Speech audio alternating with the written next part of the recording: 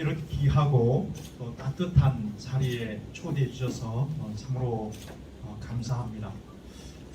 우리 존경하는 김성장 목사님께 우리 이경 목사님의 설교집 고난을 넘다라는 이 책에 대한 석형을 부탁받고 전달을 끊자마자 두 가지 부담이 몰려왔습니다. 첫 번째는 우리 이경 목사님은 저희 교단의 대표적인 목회자시고 또 설교자신데 훌륭한 분들이 대단히 많으신데 저 같은 사람이 이 서평을 하는 게 좀 주제넘는 일이 아닌가라는 부담이 좀 있었고요. 또 두 번째는 설교학자로서 어떤 분의 설교에 관하여 평한다는 것 자체가 대단히 부담스러운 일이고 또 드물지만 제가 배웠던 설교의 기준과 혹시 일치하지 않을 때 어떡할까 하는 그런 부담의 마음도 조금 들었습니다. 그런데 우리 목사님의 설교를 좀 완독을 하면서 조금 더 그런 걱정을 할 필요가 없어졌습니다. 설교학자로서 이 책을 읽고서 느낀 생각들을 한 서너 가지 정도 잠시 나누고자 합니다. 아마 이 책을 읽으신 분들은 다 아시겠습니다만은 저도 한 사람의 그리스도인으로서 대단히 이 책을 읽으면서 많은 위로와 또 감동과 또 힘을 얻었습니다. 특별히 설교학적으로 두세 가지 정도를 말씀드리면 크게 내용과 형식으로 좀 나눠서 말씀드리면요. 먼저 내용에서 제가 놀랐던 부분들은 거창한 신학적 언어는 쓰고 계시지 않지만 우리가 일상적으로 그리스도인으로 판단할 수 있는 고난의 거의 모든 주제들을 다 다루고 계십니다. 고난의 때, 그리고 고난의 이유와 승리, 그리고 고난 때의 인내, 고난 때의 기도, 고난 때의 승리, 또 심지어 말할 수 없고 설명할 수 없는 의인의 고난과 관련된 신정론까지도 아주 편안하고 평이한 언어로 쓰고 계십니다. 그러면서도 또 고난을 인과응보나 또 신앙 만능주의라는 짧은 틀로 보시지 않고 넓게 고난의 신비에 관해서 열린 태도로 또 동시에 사려 깊게 이 주제를 다루고 계셔서 대단히 또 은혜가 되었습니다. 특별히 이 주제를 좀 다룸에 있어서 제가 놀랬던 부분들은 단순한 설교로 혹은 위로의 말로 그치지 않고 대단히 다양한 성경적인 사례들, 또 성경의 구절들, 또 그 본문을 둘러싼 역사적 배경, 또 필요하다면 원어적인 의미까지도 끌고 와서 대단히 그 부분을 깊이 풀어내고 계셨다는 것이 대단히 인상적이었고요. 무엇보다도 설교학자로서 좀 인상적이었던 것은 대체로 좀 그렇습니다만은 좀 성경적인 설교자는 좀 밋밋하거나 좀 메마르기가 쉽고 또 이렇게 적용 중심적인 청중 중심의 설교자는 좀 깊이가 떨어지기가 쉬운데 목사님께서는 이 두 가지 함정을 다 피하시고 성경적이면서도 또 적용 중심적인 대단히 균형이 있는 설교를 하셨구나라는 생각을 많이 하게 되었습니다. 그러나 제가 더 놀란 부분은 설교학자로서 목사님이 이 설교를 끌고 가는 방식입니다. 요즘 현대 설교학이 대단히 두 가지 중요한 관심이 있는데요.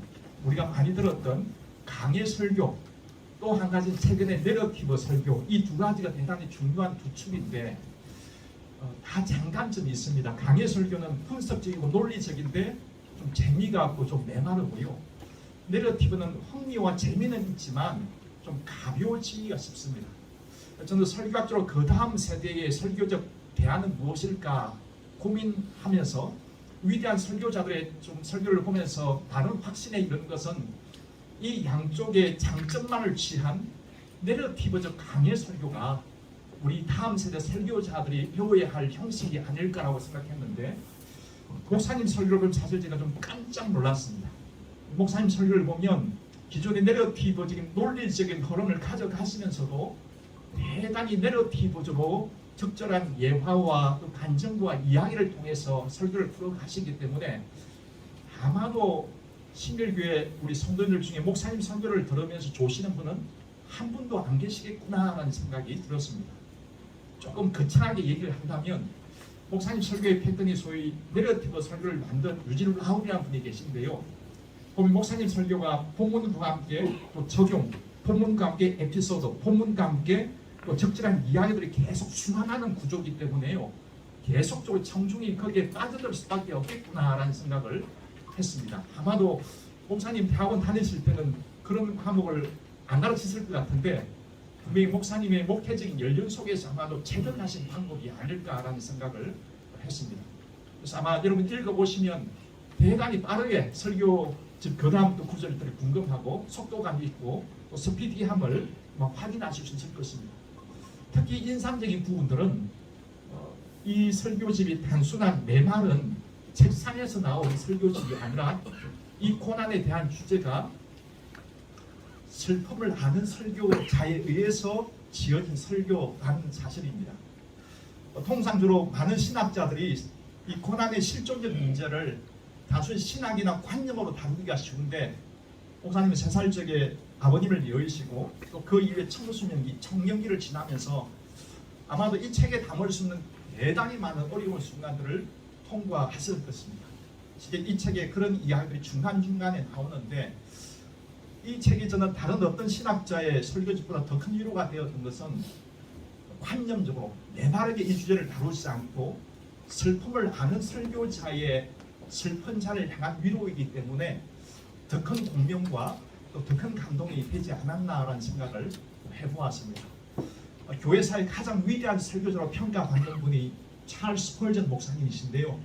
어떤 설교학자는 스펄전의 설교가 왜 그렇게 큰 감동을 주었는가라고 할 때 스펄전 역시도 육체적 고통과 또 영혼의 우울함과 또 영혼의 어두운 밤을 통과한 슬픔을 아는 설교자였기 때문에 그 설교가 슬픔에 빠진 자들에게 더 큰 위로가 되었다라고 분석한 분들도 있습니다.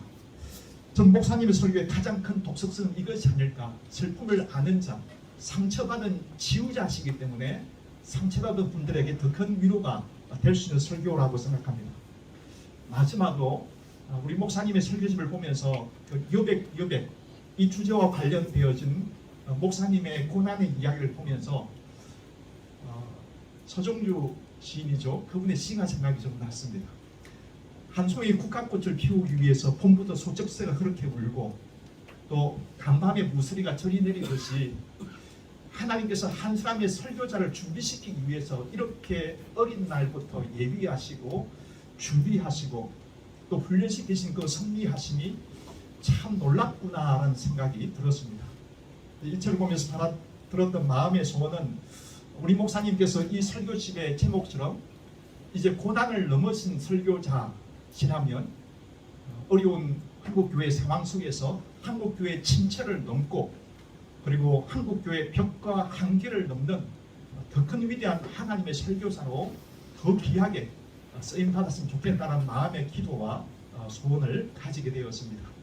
귀한 책이 더욱 많은 분들에게 읽히고 이 은혜가 나눠졌으면 좋겠습니다. 감사합니다.